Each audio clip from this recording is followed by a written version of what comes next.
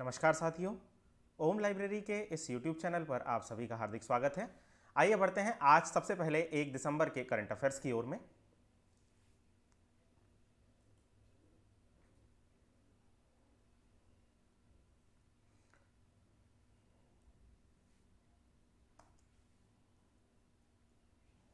नमस्कार साथियों, ओम लाइब्रेरी के इस YouTube चैनल पर आप सभी का हार्दिक स्वागत है। शुरू करते हैं आज के करंट अफेयर्स। आज है 1 सितंबर। हमारे द्वारा कल प्रश्न पूछा गया था कि वार्षिक फसल उत्सव ओणम किस राज्य का प्रमुख त्यौहार है। तो इसका सही उत्तर होगा यह केरल का प्रमुख त्यौहार है। बढ़ते हैं क्विक रिविजन्स की ओर। एससीओ रक्षा मंत्रियों की बैठक कब आयोजित होगी। तो इसका सही उत्तर होगा 4 से 5 सितंबर के बीच इनकी बैठक आयोजित की जाएगी। हाल ही में किस शहर में प्लास्टिक अपशिष्ट निष्पादन सुविधा का उद्घाटन किया गया है। तो इसका उत्तर होगा कोच्चि में इसका उद्घाटन किया गया है। रक्षा मंत्रालय बेंगलोर में एयरो इंडिया की मेजबानी कब करेगा। तो 3 से 5 फरवरी के बीच अगले साल इसकी मेजबानी की जाएगी। औसत मजदूरी की रैंकिंग 2020 में भारत का कौन सा स्थान रहा है। तो इसका सही उत्तर होगा 72वां स्थान भारत का रहा है। हाल ही में एशियान भारत व्यापार परिषद की बैठक प्रतिनिधित्व किसने किया। तो इसका सही उत्तर होगा पीयूष गोयल ने इसका नेतृत्व किया है। किस राज्य सरकार ने वाईएसआर संपूर्ण न्यूट्रिशन योजना लॉन्च की है। तो इसका सही उत्तर होगा आंध्र प्रदेश सरकार ने हाल ही में इसे लॉन्च किया है। हाल ही में किस राज्य में मेजर ध्यानचंद विजय पथ योजना शुरू हुई है। तो इसका सही उत्तर होगा उत्तर प्रदेश में इसकी शुरुआत हुई है। किसने pensioners corner mobile app launch किया है। तो सीआईएसएफ द्वारा इसे लॉन्च किया गया है। दोस्तों, आज के सेशंस पर आगे बढ़ें इससे पहले मैं आप सभी को बताना चाहूँगा कि यदि आप इस वीडियो की पीडीएफ प्राप्त करना चाहते हैं तो आप हमारे व्हाट्सएप एवं टेलीग्राम चैनल से इसे प्राप्त कर सकते हैं। साथ ही आप सभी से गुजारिश है कि हमारे अगर इस चैनल को आप पसंद करते हैं तो इसे ज़्यादा से ज़्यादा संख्या में सब्सक्राइब करें एवं अपने दोस्तों के साथ शेयर करें। चलिए बढ़ते हैं आज के पहले प्रश्न की ओर। पूर्व राष्ट्रपति प्रणब मुखर्जी का निधन हो गया। उन्हें भारत का सर्वोच्च नागरिक भारत रत्न सम्मान कब दिया गया था। तो इसका सही उत्तर होगा उन्हें 2019 में भारत रत्न पुरस्कार से सम्मानित किया गया था। आइए जानते हैं इनके विषय में। भारत के पूर्व राष्ट्रपति प्रधान प्रणब मुखर्जी का 31 अगस्त 2020 को निधन हो गया। वे 84 वर्ष के थे तथा वे एक प्रसिद्ध राजनीतिक थे। उनका जन्म 1935 में हुआ था तथा उन्हें भारत का सर्वोच्च पुरस्कार भारत रत्न 2019 में राष्ट्रपति रामनाथ कोविंद ने दिया था। उनके निधन पर सरकार ने 7 दिनों का राजकीय शोक की घोषणा की हुई है। आइए जानते हैं प्रणब मुखर्जी के बारे में अन्य बातें। प्रणब मुखर्जी पहली बार सांसद 1969 में बने थे तथा वे पहली बार केंद्रीय मंत्री 1973 में बने थे। पहली बार वे लोकसभा के सांसद 2004 में बने थे तथा प्रणब दा को भारत रत्न का सम्मान 2019 में, पद्म विभूषण का सम्मान 2008 में तथा सर्वश्रेष्ठ सांसद का पुरस्कार 1997 में प्रदान किया गया था। वे सर्वश्रेष्ठ वित्त मंत्री 1984 में रहे थे। 1969 में पहली बार राज्यसभा सदस्य, 1973 में इंदिरा सरकार में वे उपमंत्री तथा 1975 में दूसरी बार राज्यसभा सांसद और 1981 में तीसरी बार राज्यसभा सांसद रहे।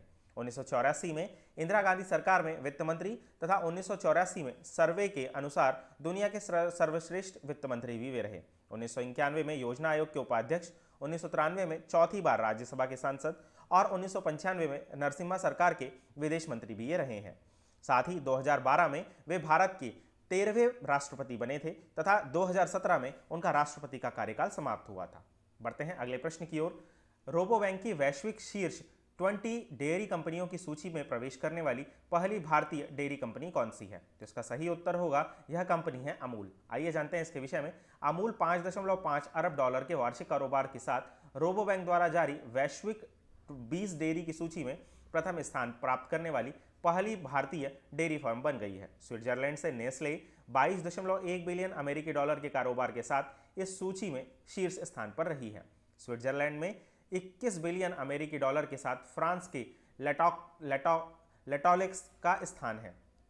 पहली बार किसी भारतीय कंपनी ने शीर्ष 20 में 16 स्थान पर जगह बनाई है तथा फ्रांस का डैनोन चौथे स्थान पर, चीन का यीली 5वें स्थान पर और न्यूजीलैंड का फोंटेरा 6ठे स्थान पर रहा है। बढ़ते हैं अगले प्रश्न की ओर। कोविड-19 महामारी के कारण भारत काउकाज 2020 में भाग नहीं लेगा। यह अभ्यास किस देश में आयोजित किया जाएगा। तो इसका सही उत्तर होगा इसका अभ्यास रूस में आयोजित किया जाएगा। आज से 2 दिन पहले हमने आपको बताया था कि इसमें चाइना और पाकिस्तान भी भाग लेने वाले थे। भारत ने कोविड-19 महामारी के कारण रूस में आयोजित होने वाली बहुपक्षीय सैन्य अभ्यास काउकाज 2020 में अपनी भागीदारी को वापस ले लिया है। यह 15 से 26 सितंबर 2020 तक दक्षिणी रूस के अस्खान प्रांत में आयोजित किया जाएगा। संघाई सहयोग संगठन के सदस्य चीन और पाकिस्तान भी इसमें भाग लेंगे तथा भारत के 200 सैन्यकर्मियों को भेजने की योजना बनाई थी, जिसमें एक पैदल सेना की बटालियन, भारतीय वायुसेना और नौसेना के पर्यवेक्षक के 180 सैनिक शामिल थे, जिन्होंने अभ्यास में भाग लिया था पिछली बार। बढ़ते हैं अगले प्रश्न की ओर। कौन से देश फिडे ऑनलाइन ओलंपियाड 2020 में संयुक्त विजेता घोषित किया गया है? तो इसका सही उत्तर होगा भारत और रूस इसमें संयुक्त विजेता घोषित किया गया है। जानते हैं इसके विषय में। भारत और रूस अंतर्राष्ट्रीय शतरंज महासंघ ऑनलाइन ओलंपियाड 2020 के संयुक्त विजेता के रूप में उभरे हैं। यह पहली बार है जब अंतर्राष्ट्रीय शतरंज महासंघ फिडे ने ऑनलाइन प्रारूप में ओलंपियाड का आयोजन कराया था। प्रारंभ में निहाल सरीन और दिव्या देशमुख को उनके लिए इंटरनेट कनेक्शन के स्पष्ट नुकसान के बाद रूस के खिलाफ अंतिम दौर में हार का सामना करने की घोषणा की गई थी, लेकिन उन्होंने अपील करते हुए कहा कि एक सर्वर की विफलता के कारण उन्हें अपने मैच में नहीं हारा घोषित किया जा सकता। इंटरनेशनल चेस फेडरेशन के अध्यक्ष आर्काड डेवोकोर्ची ने दोनों टीमों को स्वर्ण पदक देने का फैसला किया है। बढ़ते हैं अगले प्रश्न की ओर। हाल ही में किस नदी में ताजे पानी की एक नई मछली सिस्टोमस ग्रेसिलस की पहचान की गई है? तो इसका सही उत्तर होगा गंगा में इसकी पहचान की गई है। हाल ही में गंगा के ताजे पानी की एक नई मछली की पहचान की गई है। इसे केरल और पश्चिम बंगाल के शोधकर्ताओं ने पश्चिम बंगाल में गंगा नदी में खोजा है। यह मछली खाने योग्य है तथा इसमें अपने पतले और संकुचित शरीर के कारण सिस्टोमस ग्रेसिलस नाम दिया गया है। इस मछली का अंतर्देशीय जल स्रोतों में कल्चर किया जा सकता है। यह साइप्रिनिडे परिवार के सिस्टोमस जीनस की एक मछली है तथा यह मछली 11 से 12 सेंटीमीटर लंबी होती है। बढ़ते हैं अगले प्रश्न की ओर। टूर डी फ्रांस साइकिल दौड़ का 2020 में कौन सा संस्करण आयोजित किया जा रहा है? तो इसका सही उत्तर होगा इसका 107वां संस्करण फिलहाल आयोजित किया जा रहा है। हाल ही में अलेक्जेंडर क्रिस्टोफर ने टूर डी फ्रांस वार्षिक एकाकरण चरण साइकिल दौड़ का शुरुआती चरण जीत लिया है। हालांकि बारिश के कारण सड़कों को तहस नहस कर दिया था, जिससे कई दुर्घटनाएं भी हुई हैं। इस वर्ष कोरोना महामारी के कारण यूरोपीय फुटबॉल चैंपियनशिप और ओलंपिक को खेलों के 2021 तक स्थगित कर दिया गया है। ऐसे में 2 महीनों की देरी से टूर डी फ्रांस का आयोजन किया गया था। 1903 में अपनी स्थापना के बाद यह दौड़ केवल 2 विश्व युद्धों के दौरान रद्द हो गई थी तथा 2020 टूर डी फ्रांस का 107वां संस्करण है, जो साइकिलिंग के 3 ग्रैंड टूर में से एक है। बढ़ते हैं अगले प्रश्न की ओर। 8वीं पूर्वी एशियाई शिखर सम्मेलन आर्थिक मंत्रियों की बैठक की अध्यक्षता किसने की? तो इसका सही उत्तर होगा इसकी बैठक की अध्यक्षता वियतनाम ने की है। पूर्वी एशियाई शिखर सम्मेलन 2020 आर्थिक मंत्रियों की बैठक की अध्यक्षता वियतनाम के उद्योग और व्यापार मंत्री त्रान तुऑन अन ने की है। इन्हें आभासी तौर पर क्षेत्रीय आपूर्ति श्रृंखलाओं पर चर्चा करने और कोविड-19 महामारी का सामना करने, इसके अलावा आर्थिक विकास को प्रोत्साहित करने के लिए आयोजित किया गया था। शिखर सम्मेलन में भारत का प्रतिनिधित्व केंद्रीय वाणिज्यिक और उद्योग मंत्री श्री पीयूष गोयल ने किया था। वार्षिक बैठक में 10 एशियन देशों Brunei, Cambodia, Indonesia, Laos, Malaysia, Myanmar, Philippines, Singapore, Thailand और वियतनाम के व्यापार मंत्रियों ने भाग लिया था। बढ़ते हैं अगले प्रश्न की ओर। हाल ही में मुस्तफा अदीब लेबनान ने किस देश के नए प्रधानमंत्री बनाए गए हैं? तो इसका सही उत्तर होगा वे लेबनान के प्रधानमंत्री बनाए गए हैं। जानते हैं इनके विषय में। हाल ही में मुस्तफा अदीब लेबनान के नए प्रधानमंत्री बनाए गए हैं। मुस्तफा अदीब जर्मनी में लेबनान के राजदूत थे। श्री अदीब को 4 पूर्व प्रधानमंत्रियों के पद के लिए नामित किया गया था। यह नियमित फ्रांस के राष्ट्रपति इमैनुअल मैक्रोन के 2 दिवसीय दौरे पर आने के एक दिन पहले ही की गई है। हाल ही में लेबनान के प्रधानमंत्री हसन दियाब ने बेरूत में हुए बड़े विस्फोट के कारण जनता के आक्रोश को देखते हुए अपने पद से इस्तीफा दे दिया था। आप सभी को हमने उस वक्त लेबनान के बारे में भी जानकारी दी थी। यह पश्चिमी एशिया का एक देश है। इसकी सीमाएं सीरिया, इजराइल और भूमध्य सागर से मिलती है। इसकी राजधानी बेरूत है और यहाँ की मुद्रा लेबनानी पाउंड है। बढ़ते हैं अगले प्रश्न की ओर। पुरुषोत्तम राय का हाल ही में निधन हो गया, वे किस क्षेत्र से संबंधित हैं? तो इसका सही उत्तर होगा वे खेल के क्षेत्र से संबंधित हैं। आइए जानते हैं इनके विषय में। हाल ही में वयोवृद्ध एथलेटिक्स कोच पुरुषोत्तम राय का बेंगलोर में हृदय गति रुकने के कारण निधन हो गया। वे 79 वर्ष के थे तथा उन्हें 29 अगस्त को आजीवन श्रेणी में प्रतिष्ठित द्रोणाचार्य पुरस्कार से सम्मानित किया जाना था। पुरुषोत्तम ने ओलंपिक खिलाड़ी अश्विनी नचप्पा, मुरली कट्टन, रोसा कुट्टी, प्रमीला अयप्पन, वंदना राव और जीजी प्रमीला और ईबी शैला सहित कई एथलेटिक्स को ट्रेनिंग दी थी। बढ़ते हैं अगले प्रश्न की ओर। हाल ही में किस देश के स्टॉक एक्सचेंज को cyber attack distributed service attack of service attack द्वारा हमला किया गया? तो इसका सही उत्तर होगा न्यूजीलैंड में इसका हमला किया गया। आइए जानते हैं इसके विषय में। न्यूजीलैंड के स्टॉक एक्सचेंज को cyber attack, distributed service attack of service attack, DDoS द्वारा हमला किया गया था। स्टॉक एक्सचेंज ने लगातार चौथे दिन साइबर हमलों की चपेट में आने के बाद न्यूजीलैंड की संचार सुरक्षा में मदद के लिए फ़ोन किया। शेयर बाजार के संचालक NZX द्वारा यह बताया गया कि उनके नेटवर्क साइबर हमलों के कारण दुर्घटनाग्रस्त हो गए हैं, जिनकी उत्पत्ति विदेशों से हुई थी, लेकिन हमले के स्रोत का अभी तक पता नहीं चल पाया है। Distributed service attack of service attack हमलों का किसी भी वेबसाइट के ऑफलाइन होने पर भारी मात्रा में अनुरोध के साथ उसे क्रैश करने तक रोकने के लिए डिजाइन किया गया था। आइए जानते हैं न्यूजीलैंड के विषय में। तो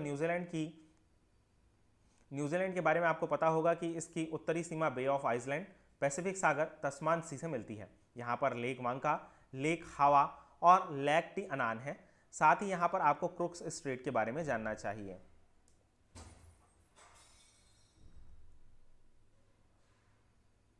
बढ़ते हैं अगले प्रश्न की ओर। F1 बेल्जियम ग्रां प्री 2020 किसने जीता है? तो इसका सही उत्तर होगा इसे लुइस हैमिल्टन ने जीत लिया है। आइए जानते हैं इनके विषय में। लुइस हैमिल्टन ने 30 अगस्त 2020 को आयोजित F1 बेल्जियम ग्रां प्री 2020 जीतने के लिए मर्सिडीज के एक उत्कृष्ट रेस लगाई।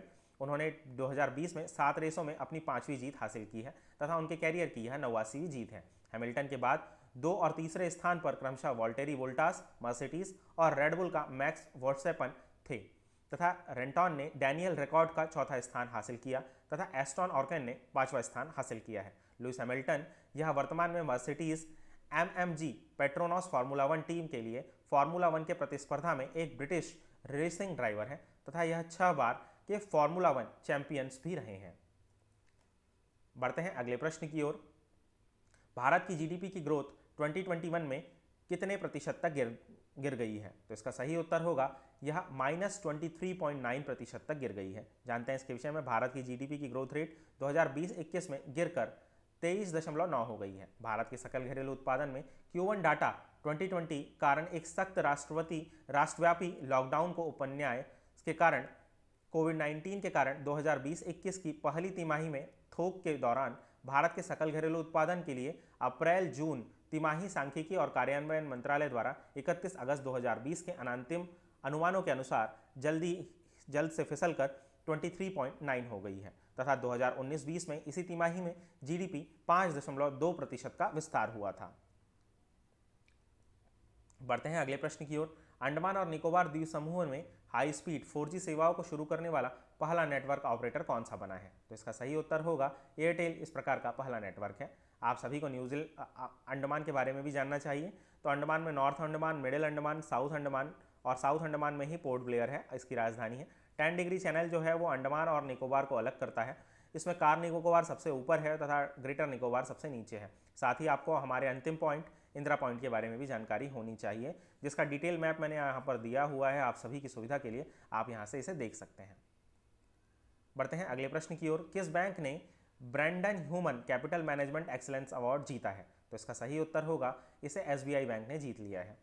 बढ़ते हैं अगले प्रश्न की ओर। किस संगठन द्वारा जारी की गई रिपोर्ट के अनुसार मनरेगा श्रमिकों द्वारा अर्जित औसत आय दोगुनी हो गई है? तो इसका सही उत्तर होगा क्रिसिल द्वारा इसे जीत लिया गया है। आप सभी को क्रिसिल के बारे में भी जानकारी होनी चाहिए। तो यह एक वैश्विक अनुसंधानात्मक और इकोनॉमिक्स की दुनिया में जानी मानी पत्रिका है जो कि अवार्ड्स को निकालती है और रिपोर्ट्स को निकालती है। बढ़ते हैं अगले प्रश्न की ओर। दोस्तों, इस प्रकार हमारे आज के करंट अफेयर्स का सेशन समाप्त होता है। आप सभी के लिए आज का प्रश्न, गुड़िया बनाने की कला एतिकोप्पा का संबंध किस राज्य से है? आप सभी को अपने उत्तर कमेंट बॉक्स में देने हैं। आई होप कि आप सभी को हमारा आज का प्रोग्राम पसंद आया होगा। यदि आप सभी को हमारा आज का प्रोग्राम पसंद आया है तो हमारे इस चैनल को सब्सक्राइब करें, लाइक करें एवं अपने अन्य दोस्तों के साथ शेयर करें। धन्यवाद।